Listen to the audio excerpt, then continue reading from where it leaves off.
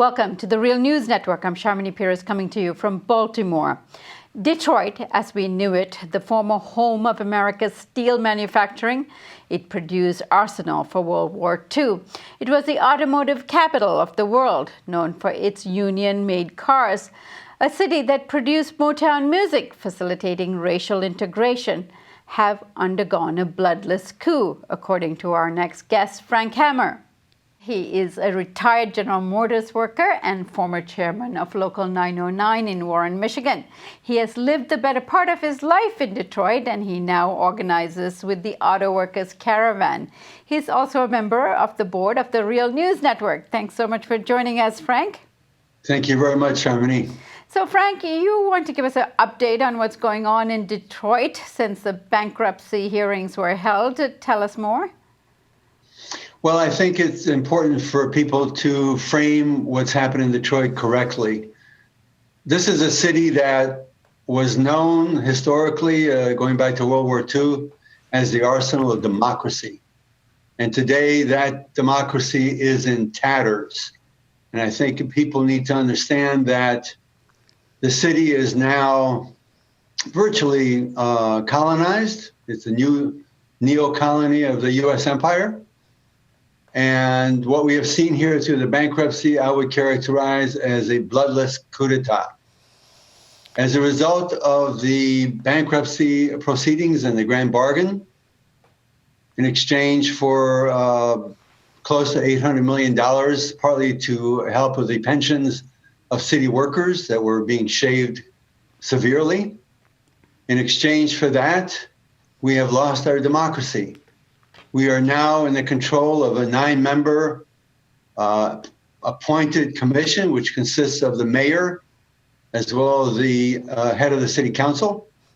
And when you say appointed by whom? Appointed by the governor of the state, Governor Rick Snyder, who is a Republican.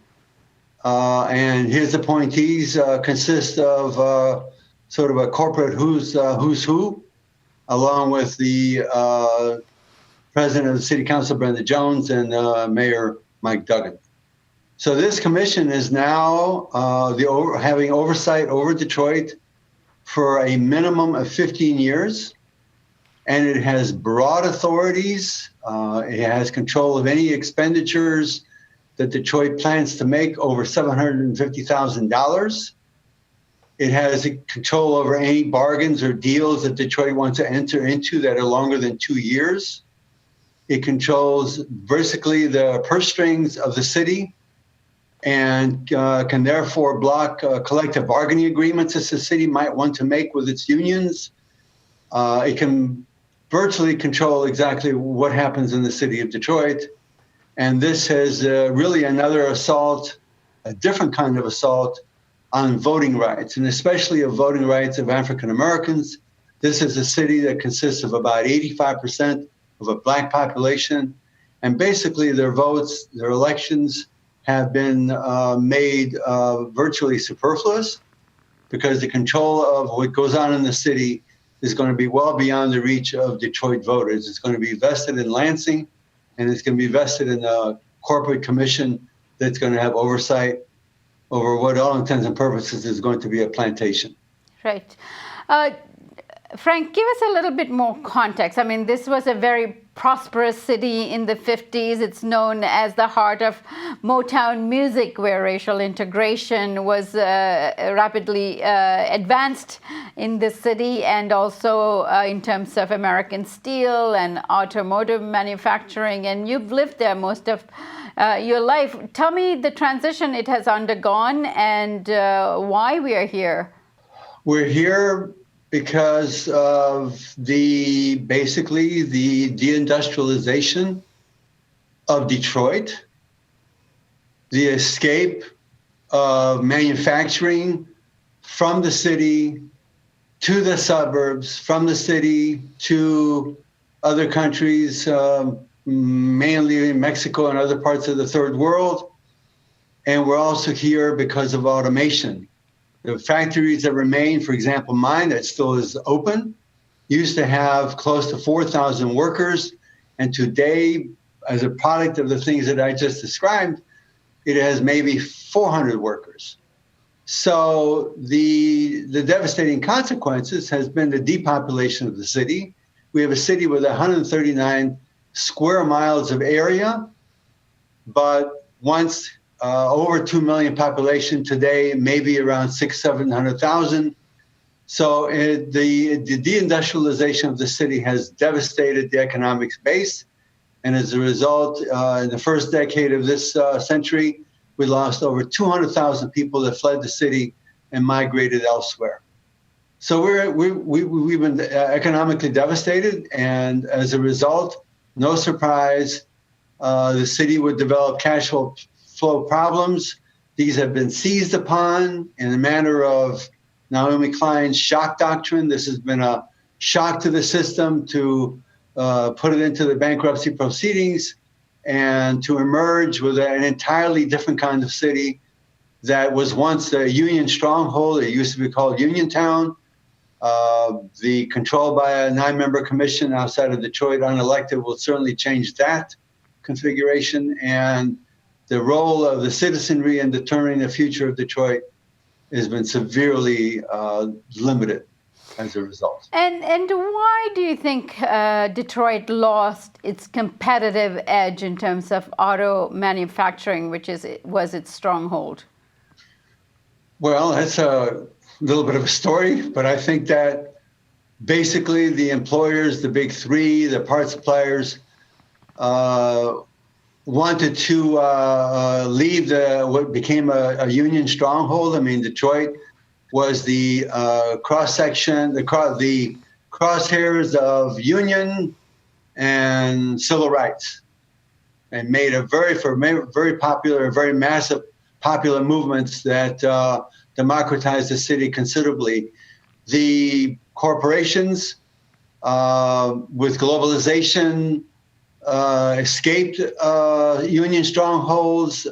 They set up production in the South, in non-Union South. They set up production overseas, and they automated labor away so that all of labor was weakened in the process, and certainly in the city.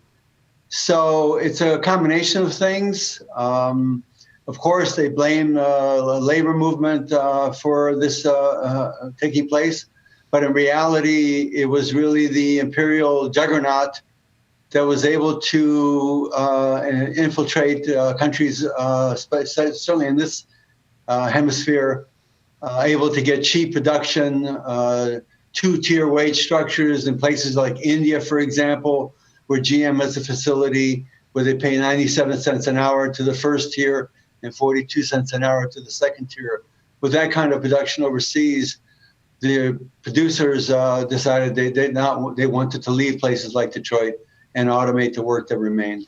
Right, and yet Pittsburgh, that went through perhaps a similar transition, have transferred its economy to what is now, I think, pharmaceuticals and hospitals and so on. Why was Detroit not able to do something of that nature? Well, it's not clear that Detroit won't do that. The question really is going to be who is going to benefit. There's a vast population in Detroit that is already seeing the gentrification, for example, of Midtown, of the downtown area. There's an influx of young, mostly white entrepreneurials coming into the city. And the question is going to be if there's going to be an economic resurgence in Detroit, who is going to be the winners and who are going to be the losers. And it seems right now that the population in Detroit is not going to be included in this any kind of renaissance that may occur as a result of new economic opportunities on the ashes of the old Detroit. So they've basically broken the back of Detroiters and the workers and unions, which has led to this kind of overtaken, as you called it, the coup. Now, who orchestrated the coup? Oh, I think that the instrument for the coup was certainly the politicians in Lansing, including the Republicans.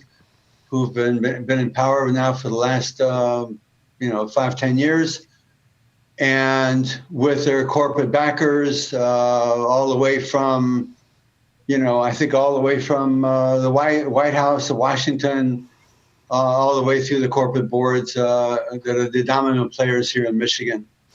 Certainly, the Koch brothers would have something to do with this. They're very much tied in with the Macon Center for Public Policy, which is a right-wing think tank, and I think that they've been orchestrating this for quite some time.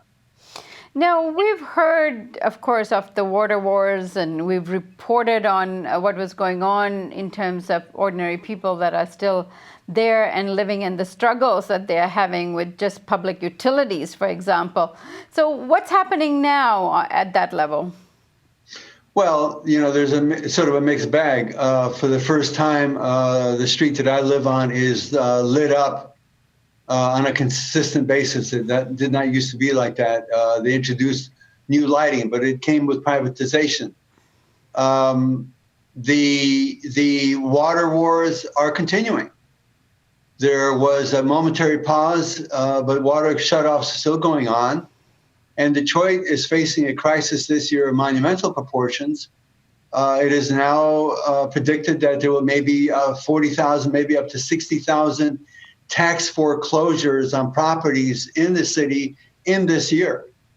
So, as I was mentioning earlier, the question of economic renaissance here, the question really is, well, who's going to benefit? And if all these thousands and thousands and tens of thousands of people are going to be forced out of their homes due to tax foreclosure, who's going to be gaining? Who's going to be winning?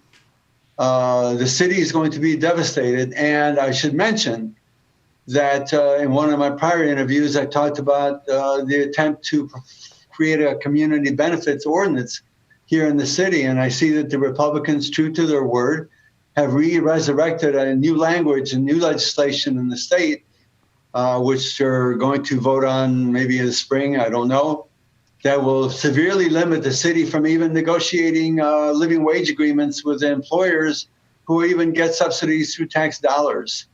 So the ability for Detroit to exercise its democratic will is extremely limited and being severely attacked, so that this is going to be a city of, no